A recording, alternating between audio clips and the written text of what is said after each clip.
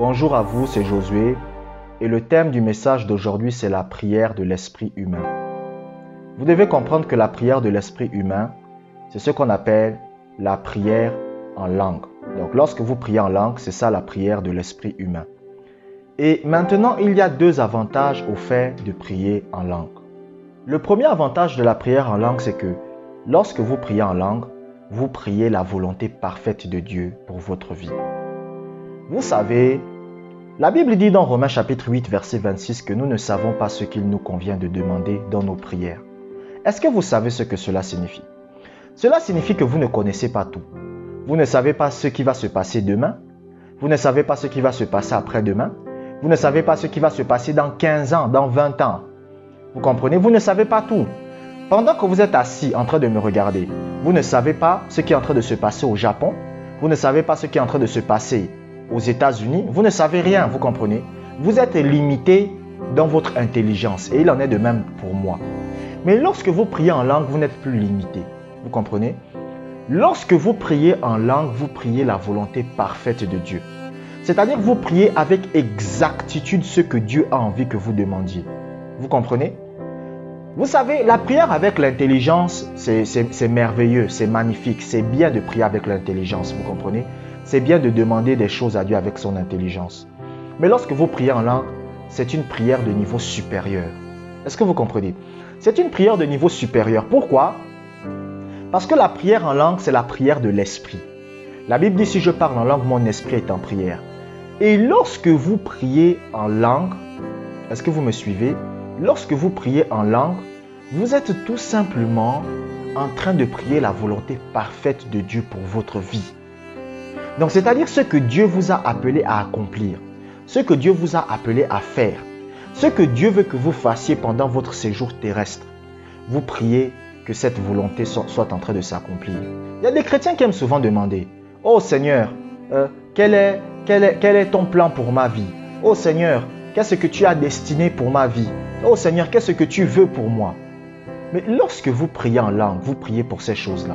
Donc par exemple, si par exemple moi je me lève là et que je commence à prier en langue, je suis en train de prier pour ce qui concerne ma vie. Vous comprenez? Des choses que je ne connais pas moi-même. Vous comprenez?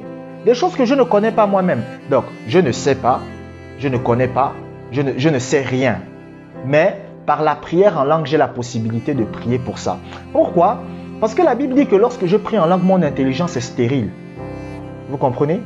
Donc, ce n'est pas une connaissance naturelle. Donc, lorsque je prie en langue, je prie la volonté de Dieu parfaite pour ma vie. Donc, Satan ne comprend pas ce que je suis en train de dire. Les démons ne comprennent pas ce que je suis en train de dire. Mais Dieu comprend ce que je suis en train de dire. Même moi, je ne comprends pas ce que je dis. Mais Dieu comprend ce que je dis. Vous comprenez? C'est ça le premier avantage de la prière en langue. Donc, rappelez-vous que chaque fois que vous vous mettez à prier en langue, vous êtes en train de prier la volonté parfaite de Dieu pour vous. Donc, vous êtes en train de prier le plan de Dieu pour vous. Vous comprenez? Et vous êtes en train de l'amener en manifestation. Chaque fois que vous priez en langue, vous devez vous rappeler de ça. Le deuxième avantage de la prière en langue, c'est quoi? Chaque fois que vous priez en langue, vous remplissez du Saint-Esprit. Vous comprenez? La Bible dit, dans 1 Corinthiens chapitre 14, verset 4, « Celui qui parle en langue s'édifie lui-même. » Vous comprenez? Le mot « édifier », c'est le mot « oikodomeo ». Ça peut être aussi traduit par le mot « recharger ». Vous comprenez? Par exemple, lorsque votre téléphone est déchargé, lorsque votre smartphone est déchargé, qu'est-ce que vous faites? Vous le rechargez. Vous comprenez? Vous utilisez un chargeur et vous rechargez votre téléphone. C'est ça qui se passe lorsque vous priez en langue. Vous êtes en train de vous recharger dans le Saint-Esprit. Plus une personne prie en langue, plus il se remplit du Saint-Esprit. Vous comprenez? La Bible dit, ne vous enivrez pas de vin, mais au contraire, soyez remplis de l'Esprit. Mais quel est le meilleur moyen par lequel vous pouvez être rempli de l'Esprit? Quel est le meilleur moyen par lequel vous pouvez vous remplir de l'Esprit très facilement? C'est la prière en langue. Chaque fois que vous ouvrez votre bouche et que vous priez en langue, vous devez être conscient que je suis en train de me remplir du Saint-Esprit. En fait, la prière en langue, c'est comme, chaque fois que vous priez en langue, c'est comme quelqu'un qui part dans un bar spirituel et vous vous enivrez du Saint-Esprit. Vous comprenez? Vous vous enivrez du Saint-Esprit. Vous avez vu l'effet que l'alcool a sur un être humain. c'est le même effet que le Saint-Esprit a sur le chrétien, mais des effets positifs. En fait, qu'est-ce que cela signifie être rempli du Saint-Esprit? Ça veut dire être rempli du caractère de Dieu et être rempli de la puissance de Dieu. C'est-à-dire, plus vous priez en langue, plus vous êtes en train de développer le caractère de Dieu et la puissance de Dieu. C'est-à-dire, vous vous remplissez du Saint-Esprit. Vous comprenez? Donc, par exemple, si je me mets à prier en langue maintenant, je suis en train de me remplir du Saint-Esprit. Si je prie en langue pendant 1 heure, je me remplis du Saint-Esprit pendant 1 heure.